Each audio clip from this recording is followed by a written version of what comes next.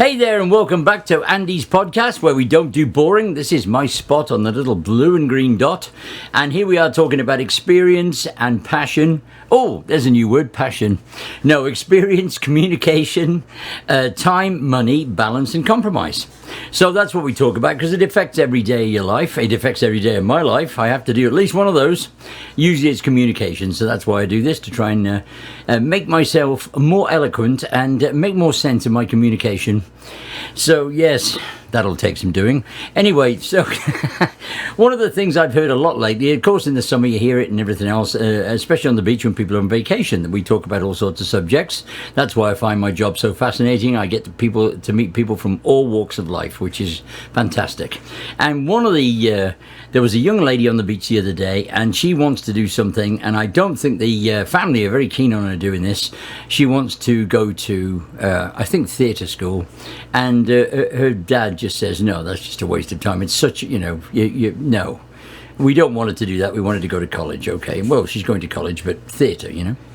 So I said, well, what's the problem then? Well, Dad just said the ultimate words, which we all know: the grass is always greener on the other side of the fence. And we've heard this a lot. And I thought the grass is always greener. Well, for a girl who's got passion about being a thesp, being an actor or an actress, or she wants to be in theatre, the grass in the theatre land is more green, isn't it? She wants to be there. So it's a want thing. And also she's passionate, but of course she's young, isn't she? So she doesn't know about big old life in the theatre world. So she may be better off doing a bit more research before she tries to make that mighty leap, because it is a leap, especially to be an actor. That's a very tough gig. It's hard enough being a sculptor, never mind an actor. So, so the grass is always greener on the other side of the fence, and that's what we're going to talk about. But there's another saying that goes with that. There's lots of sayings today. Life is what you make it. And that really applies to the fence and the green grass. And then there's another thing that you have to bear in mind all the time, comes from experience. Things that appear to be too good to be true usually are. So if you see somebody on the other side of the fence and their life appears to be a lot better than your life, well, you really have to do some research to make sure there's nothing in the background that is propping that life up. Yep, because there always is. So, so the grass is always greener. How do I make the leap onto the green grass, Andy? Well, we've talked about changing lanes and we talked about all that stuff. You are the one who decides to leap the fence. Okay, it doesn't matter what videos you've watched. It doesn't matter who says what. It doesn't matter about anything else. It could be driven by money or passion or just the fact that you're completely fed up where you are and you want to do something different. But it's you who will make the difference, and you who will see what colour the grass is on the other side of the fence.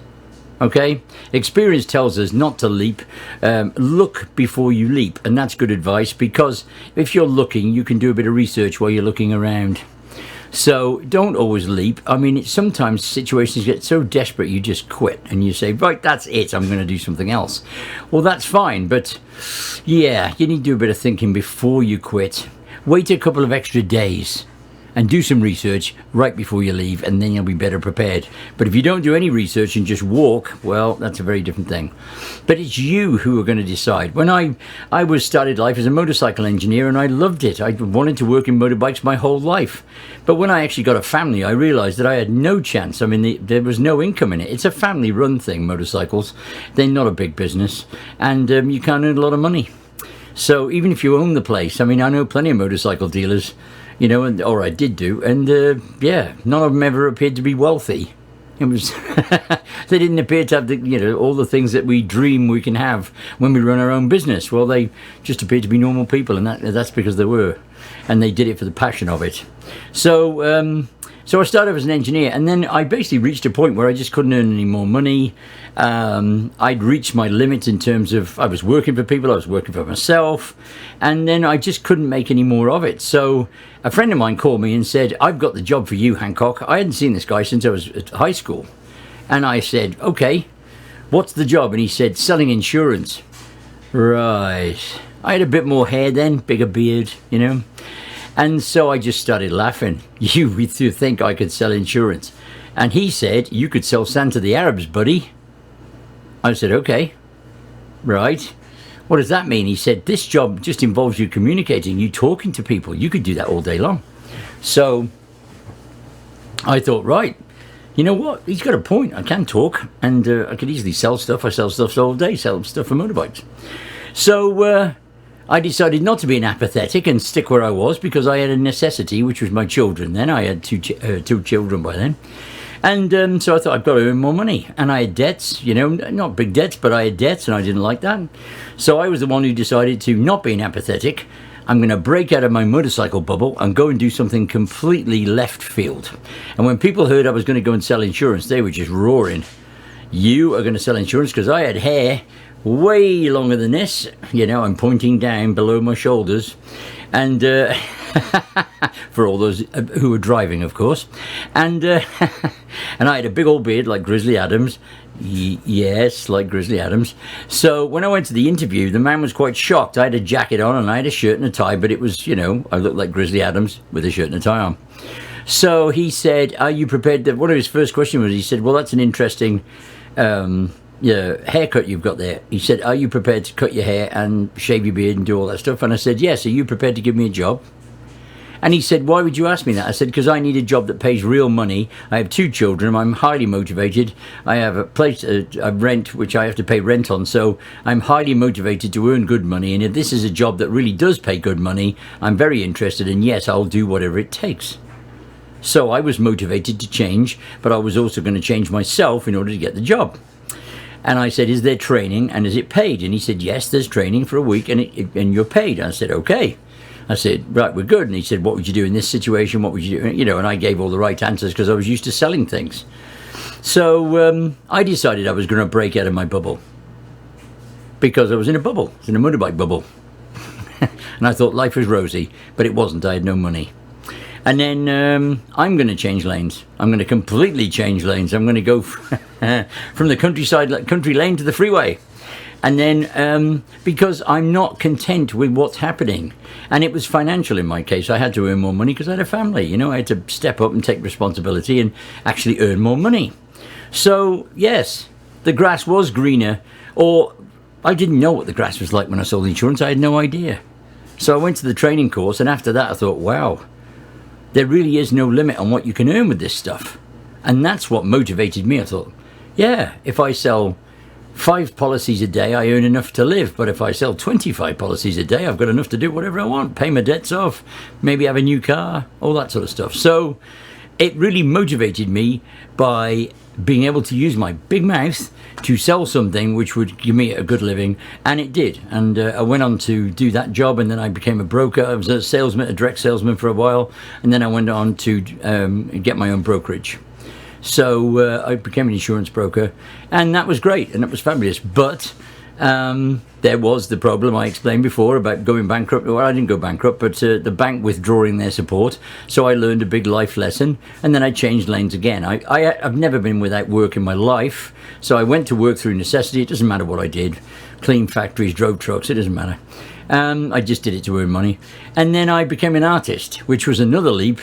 But I changed lanes very slowly. I worked as an artist while I was working to earn money for my family. So I had to take it more slowly then, because I was confident in what I could do myself, but I needed the equipment, I needed the time.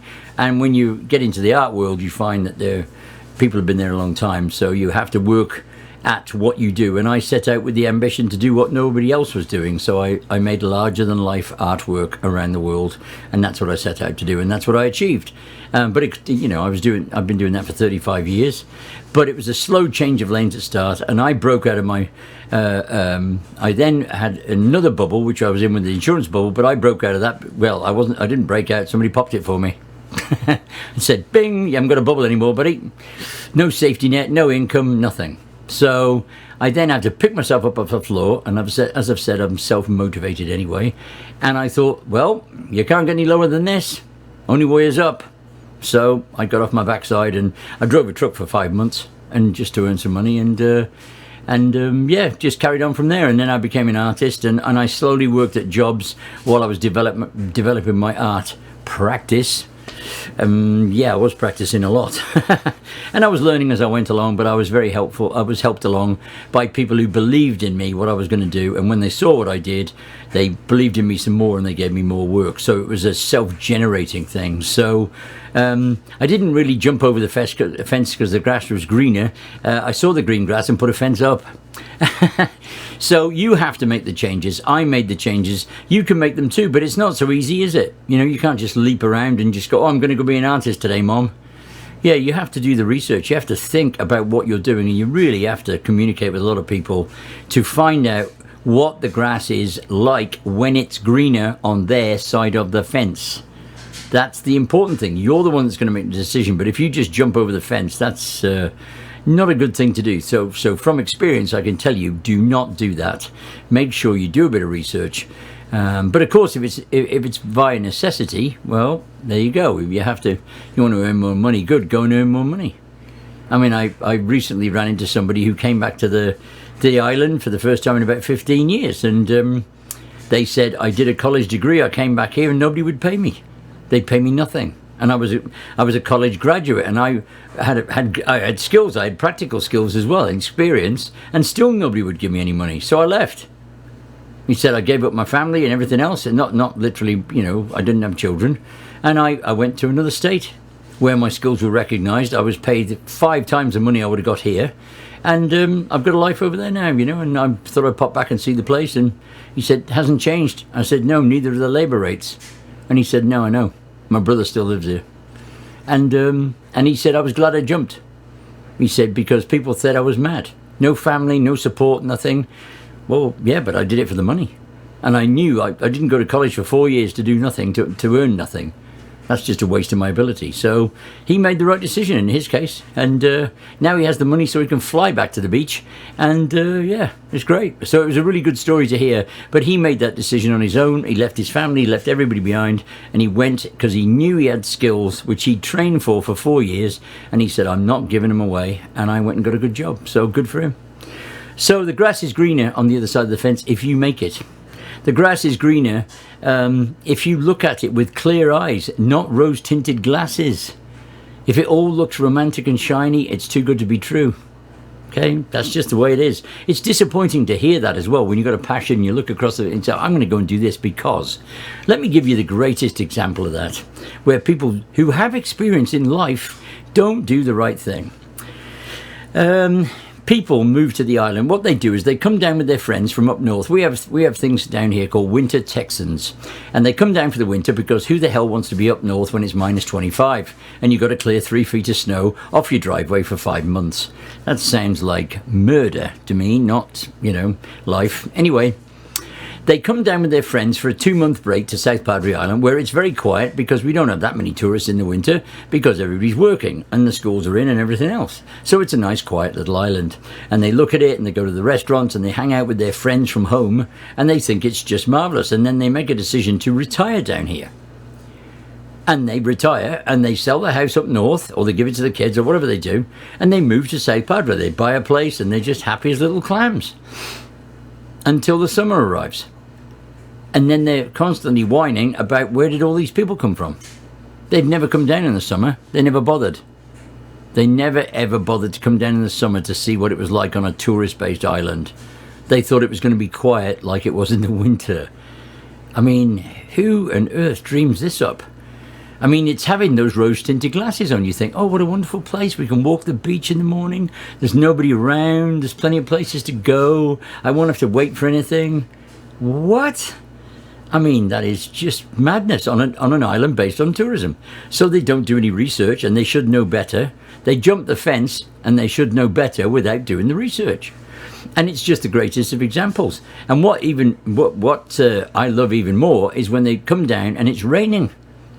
And you see them, you know, I might see somebody out there, local I know now, that, you know, moved a few years ago, and they go, oh, we didn't really move down here for this rain. It might be January and maybe it's raining in Texas, right? For a day or 2 days, if you're lucky. Right? We didn't come down for the rain. You know, I said, really? You came down from a place that's minus 35 at the moment. People are digging out their driveways and nobody's going to work because there's power failures all over the place because of the cold. and you don't like the rain and it's 65 degrees. Right. Okay. So, yeah. Yeah, I've always wondered about that. Because I was so happy to see all the blazing sun. I was ecstatic. I like the sun. I like being hot. Yes, it's not very comfortable, but hey, I get to a level of uncomfortable in my lessons and I stay right there. Because I don't care. Because my brain is being entertained. I'm meeting new people. We're creating. You know, creation begins with destruction. Yay! So we dig the beach up, put it in buckets, and then we take the buckets off and create a sandcastle. Yay, more destruction. So what's interesting about it is that when I moved here, I didn't have rose-tinted glasses. I moved here for the weather, and there may have been a woman involved, right? But I moved here because of the weather and the way the people were. The people celebrate success, and it was a very relaxed, laid-back lifestyle, and that's one thing I had to change. I had to change myself, and I'm still not very laid-back or relaxed. That's why I'm making a podcast. And I had to relax, get into a more like the island life man. Yes, I had to relax because I was too wound up. Well, I wasn't, you know, I was still working because I've got to work and earn a living, you know. So, and, you know, trying to sell wood sculptures on a beach island, yeah, that takes some doing. So, and I've been very fortunate. I've got some great clients around now. But yeah, then when I first started, I was sort of a bit lost as to what I was going to do to work. But I was very fortunate that I had clients all over the planet, and they pay me to go and make work for them. It sounds very glamorous. It wasn't. I traveled coach and then went and worked for 6 or 7 weeks, literally flat out. Earned enough money to make a living, and then got back on a plane and flew coach all the way home. So yeah, it sounds very glamorous, but yeah, it wasn't. So, but I enjoy what I do, so it was just part of the journey. Instead of driving a car, I went on a plane. Okay, so the grass is always greener on the other side of the fence. Yes, it is, but you make it greener. Oh, and take off your rose-tinted glasses and break out of your bubble. Right, that's it from me. I hope you're good. I hope you have a good time. Do your research. Have fun. And remember, we don't do boring, and all creation begins with destruction. Yes. I'll see you next time. Bye.